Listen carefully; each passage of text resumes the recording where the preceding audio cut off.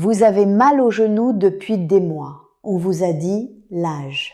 Votre cœur s'emballe certaines nuits, sans raison apparente. On vous a dit l'anxiété. Des maux de tête que vous n'aviez jamais eus avant 50 ans. On vous a dit le stress. Regardez, ces symptômes ont une origine commune que personne dans aucun des cabinets où vous avez été ne vous a probablement nommé. Ce n'est pas vous. Ce n'est pas dans votre tête. Et aujourd'hui, quelqu'un va enfin vous le dire. Laissez-moi un commentaire et dites-moi d'où vous regardez cette vidéo. Je lis chaque réponse et je veux savoir jusqu'où cette conversation arrive. Voici les chiffres et honnêtement, ils m'ont mise en colère quand j'ai commencé à les regarder vraiment. 80% des gynécologues déclarent n'avoir reçu aucune formation spécifique sur la ménopause. Une femme sur 5 repart d'une consultation sans réponse réelle à ses symptômes. À 35 ans, votre estradiol oscillait entre 50 et 500 picogrammes par millilitre. Après la ménopause, il tombe entre 0 et 20. C'est une chute de 95%. Cette hormone régulait l'inflammation dans plus de 400 tissus de votre corps, articulations, parois intestinales, tissus cardiaques, peau, cerveau. Personne ne vous a fait ce lien. À la fin de cette conversation, vous comprendrez pourquoi ces 5 douleurs ont un nom précis, documenté, et pourquoi on vous a laissé les chercher seuls. Il y a eu un moment précis où tout s'est aggravé. En 2002, l'étude Women's Health Initiative a déclenché une panique internationale autour de la thérapie hormonale, et cette panique n'a jamais vraiment été déconstruite. Le problème, c'est que cette étude portait sur des femmes d'une moyenne d'âge de 63 ans, beaucoup avec des facteurs de risque cardiovasculaire déjà présents. Et ces résultats ont été appliqués à toutes les femmes, tous les âges, toutes les situations. En quelques années, les prescriptions de THS ont chuté de façon massive et durable. Une génération entière s'est retrouvée sans traitement et surtout sans explication. Mais ce silence était là bien avant 2002. Dans la plupart des cursus de formation médicale, en France, au Royaume-Uni, au Canada, la ménopause ne représente pas plus d'1 heure de cours structurés sur l'ensemble du cycle d'études. Moins d'1 heure. Pour un processus qui touche chaque femme, dure des années et affecte quasiment tous les systèmes de l'organisme. Et vos mères, elles sont passées par là avant vous, sans diagnostic, sans nom pour ce qu'elles vivaient. Elles ont souffert en silence, non par choix, mais parce qu'on leur avait appris que c'était simplement la norme. Voici ce que ce silence a produit. Après 2002, la proportion de femmes traitées par thérapie hormonale est passée d'1 sur 3 à moins d'1 sur 10 en l'espace d'une décennie. Non parce que la science avait démontré un danger universel pour toutes, mais parce que la panique a précédé l'analyse. Ce vide, l'industrie du bien-être l'a rempli immédiatement. Complément à 70 €, cure détox, protocoles anti-âge. Rien de tout ça n'adresse la cause réelle. Et les cursus médicaux pendant ce temps sont restés exactement les mêmes. En France, environ 10 millions de femmes traversent actuellement la périménopause ou la postménopause. Et la grande majorité ne reçoit aucune évaluation hormonale formelle liée à ces symptômes chroniques. Elles consultent pour des douleurs articulaires, des palpitations, des maux de tête et repartent avec une ordonnance pour chaque symptôme pris séparément. Parce que personne dans ce cabinet n'a cherché ce qui les relie. Ce lien existe. Il est physiologique, précis, documenté. Ce que personne ne vous a dit. La progestérone chute en premier, parfois 7 à 10 ans avant vos dernières règles. Et ce déséquilibre précoce, la plupart des médecins ne le cherchent pas. Quand les hormones ovariennes commencent à se dérégler, votre axe hypothalamo-hypophyso-surrénalien, le système de réponse au stress, entre en compensation automatique. Le cortisol monte, non pas parce que vous êtes stressé, parce que votre biologie réagit à une déstabilisation majeure. L'estrogène module vos récepteurs à la sérotonine, à la dopamine, au GABA. Il régule votre chimie cérébrale de façon directe. Quand il chute, le risque de syndrome dépressif double durant la transition ménopausique. C'est documenté, reproductible et systématiquement attribué à autre chose. Sans progestérone, les récepteurs GABA perdent de leur sensibilité. C'est pour ça que l'anxiété nocturne s'installe, que les pensées s'emballent à 2 heures du matin. Ce n'est pas psychiatrique, c'est neurochimique. En 30 ans de pratique, j'ai vu ce tableau exact des milliers de fois. Des femmes orientées vers un psychiatre pour ce qui était en réalité une ménopause non diagnostiquée. Et la testostérone, elle, chez les femmes, elle chute aussi. Et elle est dosée dans moins de 5% des bilans hormonaux réalisés en médecine générale. Elle affecte l'énergie, la cognition, la masse musculaire. Je m'en souviens précisément, j'avais 52 ans, un matin ordinaire, debout dans ma cuisine, et je n'arrivais pas à me mettre en mouvement. Pas la fatigue habituelle, autre chose. J'étais médecin, je savais ce que je vivais. Et je n'avais toujours pas demandé ce dosage pour moi-même. Ces 5 douleurs ne sont pas nées séparément. Entre 50 et 60% des femmes ménopausées décrivent l'apparition ou l'aggravation soudaine de douleurs articulaires. Pas à cause de l'usure mécanique, mais parce que l'estrogène inhibait directement 2 cytokines pro-inflammatoires responsables de la dégradation active du cartilage. L'IL-1β et le TNF-alpha. Quand cette inhibition disparaît, elle s'emballe. Et personne dans aucun de ces cabinets ne vous a fait ce lien. Le cortisol chroniquement élevé oriente la graisse vers le tissu adipeux viscéral. Les femmes ménopausées accumulent en moyenne 11% de masse grasse abdominale supplémentaire par rapport aux femmes préménopausées du même poids avec le même régime. Et on leur dit « mangez moins, bougez plus ».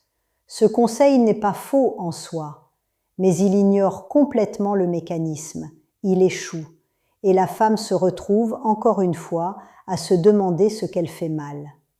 J'ai une patiente, je vais l'appeler Claire. Elle est venue me voir après 3 ans et 3 médecins différents. Elle m'a dit, mot pour mot, « J'ai l'impression que mon corps ne m'appartient plus. Je fais tout ce qu'on me dit et ça empire. » 3 ordonnances séparées, un anti-inflammatoire pour les genoux, un probiotique pour le ventre, un bêta-bloquant pour les palpitations. Aucun bilan hormonal. Quand je lui ai expliqué comment une seule chute hormonale peut déclencher simultanément des signaux dans des tissus complètement différents, je me souviens encore de son visage. Elle a dit « Donc ce n'était pas dans ma tête. Non Claire, ça ne l'a jamais été. » Le sommeil maintenant. 40 à 60% des femmes en post-ménopause décrivent des perturbations. Mais ce qu'on ne dit presque jamais, c'est que c'est l'architecture entière qui change. Le sommeil profond, celui de la réparation cellulaire, diminue de façon mesurable. Et un sommeil fragmenté sur des années ne se résume pas à de la fatigue. Il dégrade la mémoire de travail, réduit la capacité de concentration, maintient les marqueurs inflammatoires chroniquement élevés. La résistance à l'insuline. Dans la décennie suivant la ménopause, le risque de développer un diabète de type 2 est multiplié par 2. Non parce que vous avez changé vos habitudes, parce que l'estrogène protégeait la sensibilité de vos récepteurs à l'insuline dans le tissu musculaire et hépatique. Sans cette protection, la glycémie oscille, l'énergie s'effondre en milieu d'après-midi, la concentration se disperse. Et on vous dit, c'est l'âge. Regardez ce tableau dans son ensemble. Ce n'est pas une accumulation de malheurs sans lien, c'est un seul mécanisme qui se propage. Vous avez bien dormi, bougé, revu votre alimentation. Et les genoux font toujours mal. Et le cœur s'emballe encore à 2 heures du matin. Parce qu'aucune discipline de vie au monde ne remplace ce que l'estrogène faisait dans ses tissus cibles.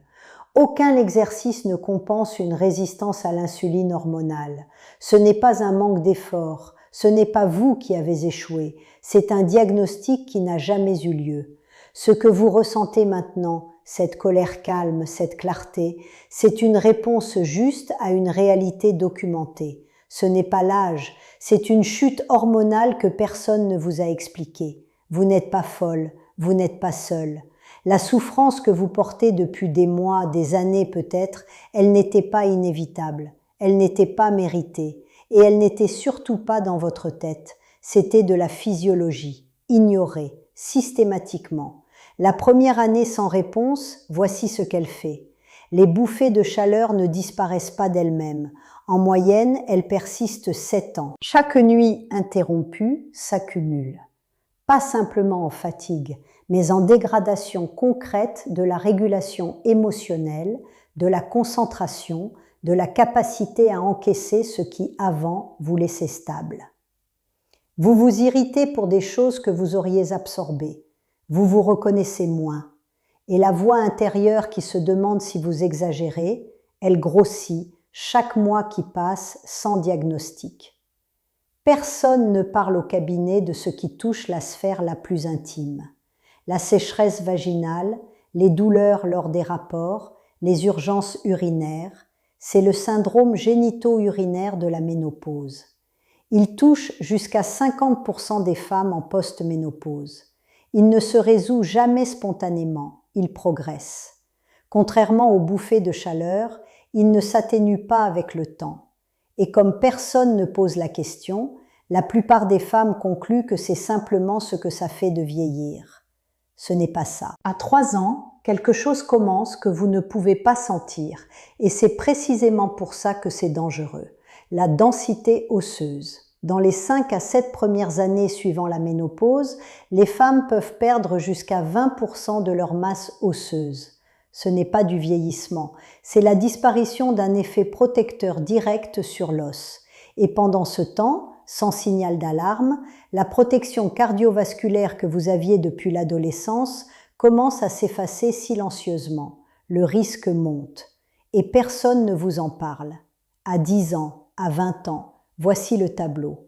Une femme sur 2 après 50 ans développe de l'ostéoporose. Une fracture de hanche après 65 ans est associée à une mortalité dans l'année qui dépasse celle de nombreux cancers. Et le cerveau? L'estrogène est neuroprotecteur. Des études longitudinales documentent un risque accru de déclin cognitif chez les femmes dont la ménopause est restée sans traitement adapté. Les maladies cardiaques, enfin, elles sont la première cause de mortalité chez les femmes après 60 ans. Pas le cancer du sein, les maladies cardiaques. Le silence a un coût sur 30 ans. Et maintenant, pendant que vous regardez, 70% des femmes dans cette transition décrivent une anxiété qu'elles n'arrivent pas à expliquer. Ce n'est pas un trouble psychiatrique, c'est la neurochimie que nous avons vue plus tôt. La honte s'installe dès le premier médecin qui hausse les épaules. Cette honte de ne pas comprendre son propre corps, de penser que les autres s'en sortent mieux, que c'est personnel. Ce n'est pas un échec personnel, c'est un silence hérité, avec un coût physique réel et mesurable. Dites-moi dans les commentaires lequel de ces symptômes on vous a dit que c'était normal à votre âge. Je lis chaque réponse. Voici ce que vous pouvez faire demain matin, concrètement, dans ce cabinet. Posez cette question, mot pour mot. Docteur, avez-vous suivi une formation spécifique en ménopause ces 5 dernières années? La réaction vous dit déjà quelque chose. Demandez ensuite ces examens par leur nom exact. Un bilan hormonal complet, incluant estradiol, progestérone, testostérone et TSH. Pas une TSH isolée. Un scanner DEXA pour la densité osseuse si vous avez plus de 50 ans. Une insulinémie à jeun si votre poids résiste à tout sans explication métabolique claire. Une FSH si votre médecin hésite encore sur le stade de votre transition. Et si on vous répond que vos résultats sont dans les normes, vous dites ceci, exactement ainsi. Je comprends que mes analyses se situent dans les valeurs standards. Je vis actuellement des douleurs articulaires, des palpitations et des troubles du sommeil persistants. Je voudrais que ces symptômes soient explorés comme des causes hormonales possibles et non attribuées au stress ou à l'âge. Ce n'est pas de l'agressivité, c'est de la précision. Et c'est le langage auquel ce système répond, parce que c'est le sien. Je vais vous dire la vérité là-dessus. C'est difficile. Vous demandez à un système qui vous a abandonné de soudainement bien faire son travail. Mais maintenant, vous avez ce qu'il comprend, le vocabulaire clinique, les noms des examens, la formulation qui ne laisse pas de prise au haussement d'épaule.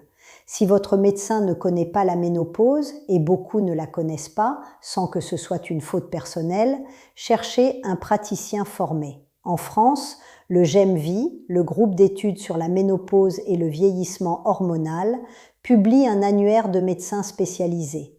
En Amérique du Nord, la certification NAMS et les annuaires de la Menopause Society. Vous n'avez pas failli. On ne vous a jamais dit la vérité sur ce qui se passait dans votre corps. Vous n'êtes pas une femme avec un corps qui lâche. Vous êtes une femme qui a maintenant pour la première fois à la fois la compréhension clinique de ce qui se passe et les outils précis pour exiger les soins que vous méritez depuis le début. Ce que cette conversation a ouvert ne se referme pas. Vous savez aujourd'hui ce que des millions de femmes n'ont jamais su, et vous l'avez su ici, dans cette salle. Ce silence prend fin. Mais la question que je veux vous laisser, si ces douleurs avaient un nom depuis le début, combien d'années avez-vous passé à chercher ailleurs? La prochaine vidéo, c'est ça. Comment trouver le médecin qui connaît ce nom et les 3 questions précises pour ne plus repartir d'un cabinet sans réponse. Partagez votre histoire dans les commentaires. Dites-moi ce que vous avez entendu aujourd'hui que vous n'aviez jamais entendu avant. Ce que vous cherchiez depuis des mois, des années, sans que personne ne mette un mot dessus. Je lis chaque réponse, vraiment. Et si cette conversation a fait cliquer quelque chose pour vous, partagez-la avec une femme dans votre entourage qui en a besoin. Prenez soin de vous, on se retrouve à la prochaine.